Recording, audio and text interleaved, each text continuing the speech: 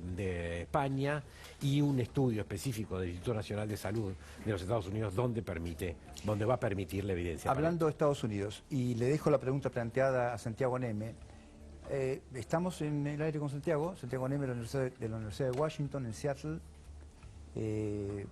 ¿Estamos ahí? Hola Santiago, Claudio, ¿cómo estás?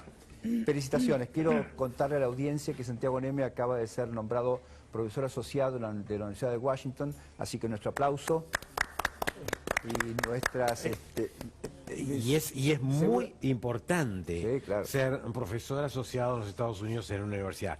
Llegar a eso es profesionalismo, es experiencia, es expertise, es trabajos, etcétera, etcétera. Así que felicitaciones de de todo desde corazón. la lejanía de Argentina. Qué lujo tenerte acá, ¿no? Un orgullo para nosotros que lo conocemos de chiquito. Ustedes mucho más. Ustedes mucho más, pero yo lo conocí hablando del amor, así Vos que de ya grande, ya. me enganché con Santiago Neme. Santiago. Bueno, muchas gracias, pero también quería agradecer a la educación pública argentina, porque cuando cuento en Estados Unidos que no pagué un centavo, desde la edad 0 a la edad 25 cuando me gradué, todo el mundo se queda con los ojos grandes. Bien. Así que, Claro, eso es verdad. muchas gracias por Es la verdad. educación pública argentina, que fue excelente para mí. Eso es absolutamente cierto y es justicia, es hacer justicia, estamos de acuerdo. Y habíamos pedido We Are the Champion, pero no salió. Pero de corazón te felicitamos todos. Santiago, a ver, Roberto, pensaba en Eduardo López hace un rato. Eduardo y Roberto plantean la posibilidad de vacunación heteróloga. ¿Estás de acuerdo? ¿Estados Unidos ha hecho algún ensayo, ha hecho alguna prueba interesante o no? Nosotros todavía, como decía Roberto, la única información que tenemos son los estudios de Pfizer con AstraZeneca. En Estados Unidos hubo mezclas de vacunas que fue más accidental que otra cosa. Sí. Pero no estamos viendo todavía esas mezclas de vacunas porque, como ustedes saben, por suerte tenemos demasiado Tienen suministro vacunas de sobra. entonces Claro. exacto. Entonces no lo tenemos, pero es un tema muy interesante y, como ustedes lo dicen hace muchos meses, biológicamente tiene mucho sentido intercambiar plataformas diferentes, ¿no? Perfecto. Una pregunta que Adelante. quiero hacer sobre esto antes de que pasemos quizás a la variante Delta de lleno. ¿Qué nos podríamos imaginar como combinación con las vacunas que tenemos en Argentina? Para hacer un ensayo clínico rápido, como dice Interesante Roberto, la que se pregunta, puede muy bien. hacer, ¿no? O sea, nosotros tenemos AstraZeneca, tenemos Sputnik, tenemos Sinopharm. ¿Algo más tenemos? No. Vamos a tener CanSino, quizás, El mes que viene. el mes que seguro. viene. Exacto, sí, en realidad estoy de acuerdo con la placa que mostraba Roberto, ¿no? O sea, hay dos tipos de estudios. Uno está el estudio científico, que muestra las pruebas, ve los anticuerpos, ve la inmunidad celular, pero también está lo que ocurre en el mundo real. Y en Argentina hoy en día hay gente que puede estar recibiendo esas mezclas. Y hay gente que sabemos que viene a Estados Unidos y recibe una dosis de Johnson & Johnson o recibe una dosis de Pfizer después de haber recibido Sputnik. El problema es que no lo estamos estudiando, y para mí el estudio en la vida real, digamos, ¿qué le pasa a ese paciente vacunado? Es tan importante, Claro. sino más importante, porque sabemos que solamente medir anticuerpos es limitado, porque los anticuerpos Caen caen. enseguida, sí. Entonces, lo bueno sería ahora recolectar toda esa información de cada paciente que vemos y digamos, agregar toda esa información, porque no necesitamos una infraestructura enorme para estudiar este tipo de cosas. Necesitamos un número de casos. Santiago, Sí. por eso me llamó la atención, y se lo dejo planteado también a Roberto, el tema de que la canciller Angela Merkel se haya vacunado con primero AstraZeneca y después con Moderna, sin evidencia científica alguna en el mundo acerca de la combinación de estas dos vacunas. Exacto, pero también podemos saber que la vacuna Moderna y la vacuna de Pfizer son muy similares, ¿no? Entonces, No, pero esta fue AstraZeneca Moderna. Sí, pero como los No, estudios son de pero AstraZeneca y sabemos la combinación de Pfizer, Pfizer. Claro. ahora entiendo. tomaron la analogía similitud. canadiense. Exacto. Y entonces ahí. Sí, sí, tenés razón. Y Claudio, nosotros tuvimos casos, incluso yo tuve un caso en mi hospital, donde la primera dosis fue de Pfizer, la segunda por error fue de Moderna. Y al paciente no le pasó nada, digamos. Claro. Y después le hicimos pruebas y no había ningún problema. Es decir, me parece que en salud pública no tenemos que dejar que la perfección, digamos, nos limite el éxito. Eso es no sé interesante. si lo estoy diciendo bien, pero a veces uno quiere estar totalmente perfecto, pero hay cosas que biológicamente podemos anticipar. Si ustedes recuerdan, Con criterio. al principio pensamos que las embarazadas podían ponerse las vacunas de Pfizer y Moderna. Bueno, las médicas en Estados Unidos, los médicos y los enfermeros se pusieron la vacuna.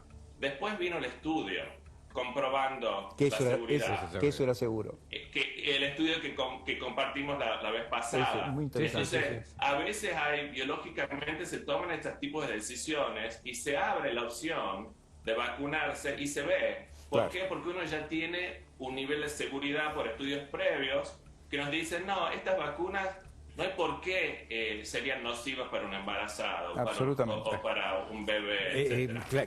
Clarísimo, Claro. clarísimo el concepto. Y es este concepto es que posiblemente en la semana próxima, luego del día miércoles que se reúne la Comisión Nacional de Inmunizaciones, se tome una decisión. Ojalá sea una decisión combinada de una estrategia, de una decisión y también de un estudio en forma paralela. Pero vámonos de lleno A la variante Delta. a la variante Delta, Santiago. Nosotros mostramos una imagen, Claudio mostró una imagen de un virus muy rápido.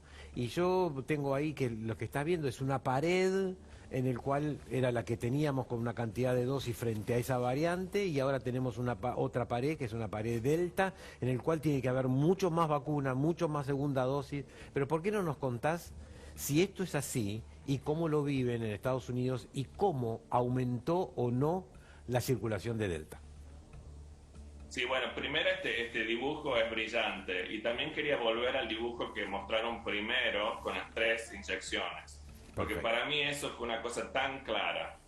En Estados Unidos estamos muy preocupados. Usted lo pide, por la usted lo variante tiene, Delta. como dirían en el, como dirían en el barrio, usted lo Bien. tiene, usted lo pide, usted lo pide, usted lo tiene. En Estados Unidos estamos muy preocupados con la variante Delta, porque como ustedes saben, el ritmo o el paso o la velocidad de aumento es increíble. O sea, estamos hablando de hace unas semanas, Claudio anunció que era el 6% de las variantes predominantes de Estados Unidos. A los 3 días de ese anuncio era el 9%. Hace unos días el 22%. O sea, está subiendo la prevalencia en una forma enorme. Y lo bueno de Estados Unidos es que nosotros acá hacemos mucha secuenciación.